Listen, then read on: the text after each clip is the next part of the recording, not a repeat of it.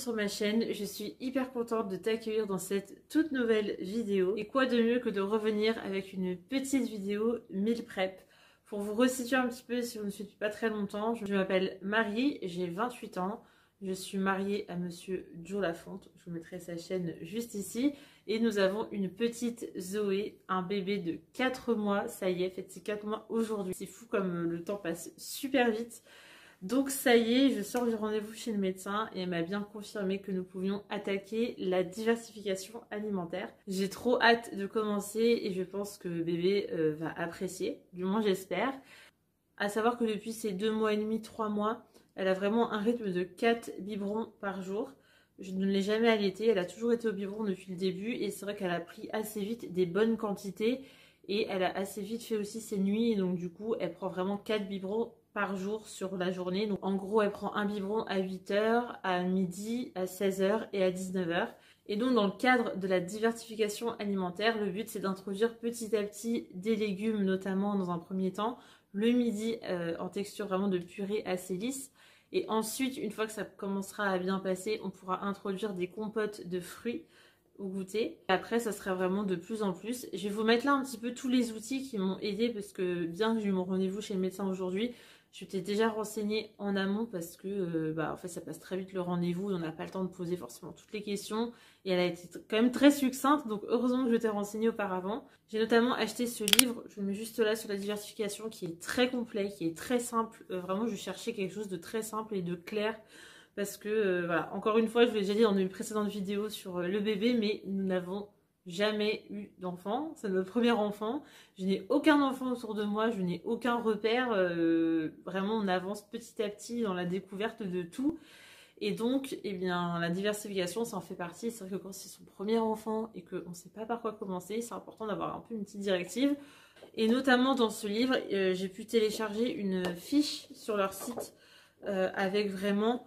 Vous avez là tous les légumes, tous les fruits en fonction du mois du bébé que vous pouvez introduire ou pas parce qu'on ne peut pas forcément tout donner maintenant. Il y a des choses qui sont plus difficiles à digérer, tout ça, donc il faut un petit peu attendre. Et là au niveau à peu près aussi des quantités, je me suis fait un tableau voilà, avec à peu près les quantités en sachant que vraiment, comme ils disent, il faut s'adapter au bébé, mais c'est juste un peu des points de repère, comme je vous ai dit, pour pas avancer dans le flou total, mais avoir un petit peu de directive, c'est pas plus mal. Bébé est en train de s'endormir gentiment pour sa sieste qui est assez courte, donc on va se presser. Et je vous propose bien qu'on fasse ça ensemble et je pense que du coup je ferai aussi une petite vidéo pour le test de la purée. J'ai très hâte de voir sa réaction. En achat, donc j'ai acheté un bavoir en silicone avec un petit bac récupérateur qui sera très utile je pense.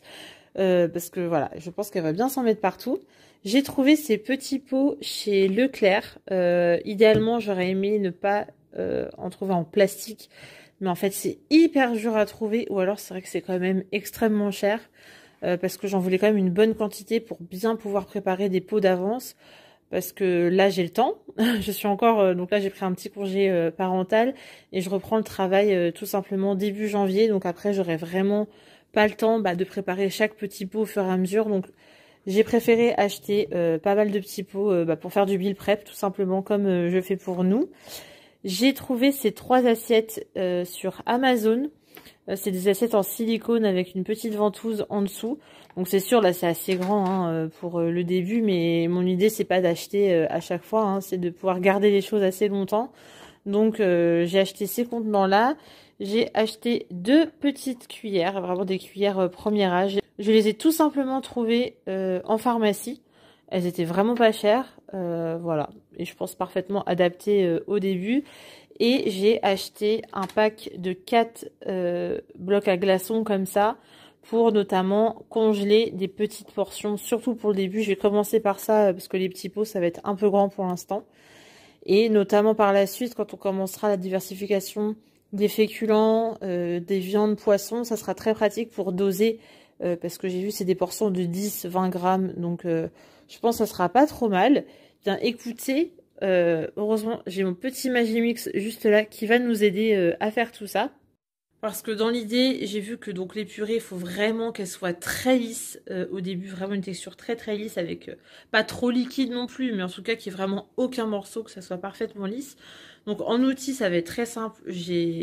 Donc je vais tout cuire à la vapeur. Je vais à la fois utiliser mon Magimix qui est super, notamment après pour vraiment mettre en purée, et aussi tout simplement des petits bacs à vapeur que j'ai toujours utilisé à mettre dans les casseroles. Aujourd'hui, nous allons préparer donc 4 purées différentes. Je vais faire une purée de carottes, une purée de haricots verts, une purée de courge butternut et une purée de courgettes. C'est parti! C'est parti, aujourd'hui on va commencer par la carotte qui est vraiment le légume le plus long à cuire. Surtout quand c'est du frais. C'est vrai que pour nous, j'ai l'habitude des fois d'utiliser des légumes congelés. Mais là, j'avais envie de faire l'effort quand même d'utiliser des légumes frais. Et pour vous dire, on est 15 jours après. Et il me reste encore beaucoup des préparations que j'ai faites ce jour-là.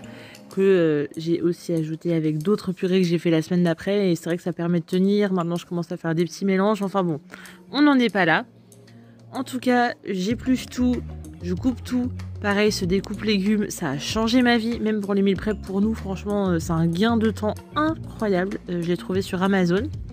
Je vais faire cuire à la vapeur. Alors là, je ne sais plus combien de temps j'avais mis à l'initial. Je crois que c'était à peu près 30 minutes. Mais vraiment, j'ai rajouté parce que c'était pas du tout assez. Il faut vraiment que le légume soit très fondant.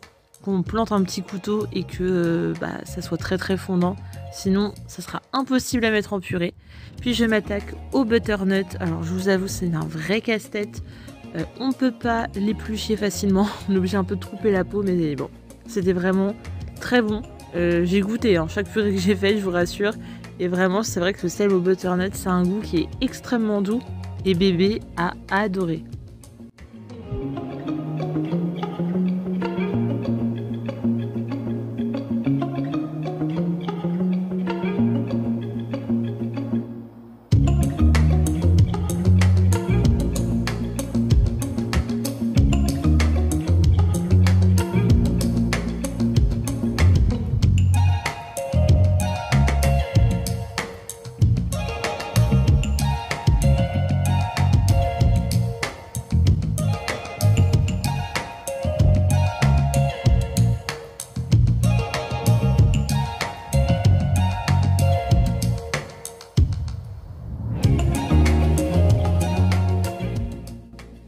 Puis je m'attaque à la courgette. Alors c'est vrai que celle à la courgette, elle n'était pas prévue. Je l'ai rajoutée au programme parce que quand j'ai pris tous mes légumes dans le bac, j'ai vu qu'il me restait une courgette. Donc je me suis dit bon je vais la faire tant que j'y suis. Et vous savez quoi, c'est la purée préférée de bébé actuellement. Vraiment, elle adore la courgette. Donc courgette, butternut. Maintenant j'ai même fait des mélanges haricots verts, carottes. Enfin vraiment, au début j'appréhendais beaucoup et finalement c'est vrai que ça se fait. Alors, j'enchaîne avec les haricots verts à éplucher, bien évidemment. Je voulais vraiment des bons haricots verts frais parce que je trouve que ça a beaucoup plus de goût que les haricots verts surgelés, justement. Et c'est vrai que c'est très bon. Et l'avantage, vous voyez, de la courgette, en plus, c'est que ça cuit très très vite. J'ai pu utiliser vraiment un petit mixeur, je crois que c'est Silvercrest que j'avais trouvé chez Lidl il y a plusieurs années. Il ne m'a jamais lâché. Que ce soit pour la pâtisserie, pour la cuisine, vraiment c'est super. Donc là, vu que c'était un tout petit contenant, une toute petite quantité, je me suis dit que ça suffirait largement. Et donc là, vous voyez que c'était extrêmement lisse. Alors ce que j'ai fait, c'est que parfois j'ai rajouté de l'eau quand je trouvais que c'était pas assez lisse. Mais tout simplement, en fait, le plus simple, c'est de laisser, je pense, la purée telle qu'elle et de rajouter de l'eau au moment de la dégustation. Parce que parfois, quand on réchauffe, c'est vrai que ça peut être très chaud. Donc on rajoute un petit peu d'eau froide. Et comme ça, la purée est un peu plus lisse, un peu plus facile à manger pour bébé. Et surtout, ça permet de réduire la température super facilement. Là, vous voyez qu'avec le Magimix, vraiment, c'est très très facile. Et là, typiquement, pour la carotte, c'est vrai que j'ai rajouté quand même de l'eau parce que je trouvais que c'était un peu trop épais. Pour les haricots verts, j'ai eu un souci que je n'avais pas soupçonné. J'ai dû me retrouver à filtrer la purée. Je l'ai passée au chinois parce que vraiment... malgré le fait que j'ai eu un peu de mal quand même à la mixer, je trouvais qu'il y avait beaucoup de fils, beaucoup de petits morceaux, tout ça, et on ne veut prendre aucun risque vraiment à cet âge-là. C'est vraiment de la purée très très lisse. Et pour être honnête, maintenant que j'ai 15 jours de recul, vous voyez, c'est beaucoup. Non, je rigole. Mais c'est vrai que au plus la purée est lisse, au plus ça passe facilement, surtout au début quand le bébé a vraiment du mal à comprendre ce que c'est que la cuillère. Donc une fois que toutes mes purées sont prêtes, j'ai pu mettre dans des bacs à glaçons, une fois que c'était refroidi bien évidemment. Et ensuite j'ai pu les mettre au congélateur et c'était froid très très vite. Et vraiment cette technique elle est incroyable parce que ça permet d'avoir toujours des purées d'avance. Et vous voyez là je suis à 15 jours et pour l'instant elle ne me finit pas encore un glaçon par repas. Donc vous imaginez toute la quantité que j'ai à l'avance. L'idée étant bien sûr de varier les goûts, hein, donc je vais pas lui donner exclusivement ces 4 purées pendant 6 mois, c'est pas l'objectif. Mais voilà, c'est d'avoir toujours de l'avance et comme je vous ai dit après par la suite on peut faire des mélanges. Enfin bon, et puis une fois que c'est au congélateur ça peut se garder 3 mois donc ça c'est top. Et j'ai aussi fait des pots. Alors si je pèse, c'est pour pas non plus remplir entièrement le pot. Parce que j'ai vu que bébé pouvait manger à peu près jusqu'à 120 grammes après. Donc voilà, c'est pour avoir des quantités à peu près cohérentes dans mes pots. Et donc je vais faire ça avec toutes les purées.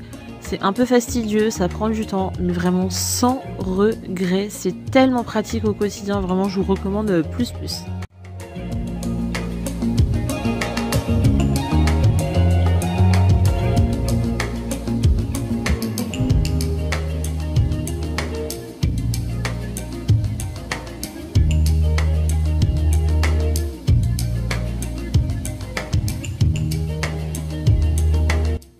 On se retrouve pour la dernière partie de cette vidéo. Donc on se retrouve le lendemain. J'ai récupéré tous mes bacs et un à un, je les ai vidés et mis dans des sacs congélation pour justement avoir toujours ces bacs à glaçons prêts le jour où j'ai envie de faire d'autres purées d'avance. Et puis vraiment c'est tellement simple, chaque midi, hop, je prends un petit glaçon, je le mets à réchauffer et vraiment c'est incroyable et le goût reste intact. Donc c'est vraiment super. Trop pratique à refaire 50 000 fois s'il le faut. J'étiquette, je sais pas parler.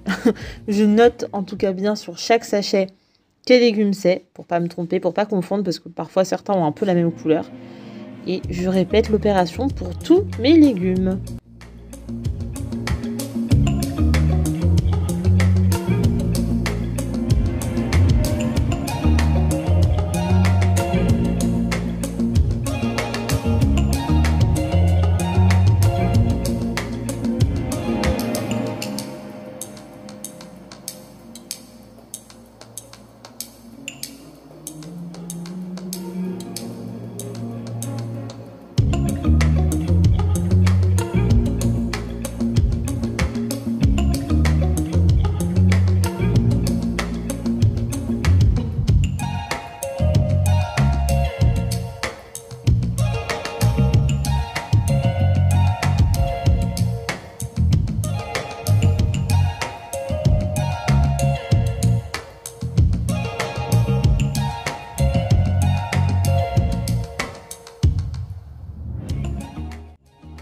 J'espère que cette vidéo t'a plu, n'hésite pas à liker et à t'abonner à ma chaîne pour plus de vidéos. Et je vous laisse avec ces petites images où bébé découvre la vie, tout simplement. En tout cas, je vous fais plein de bisous. Salut!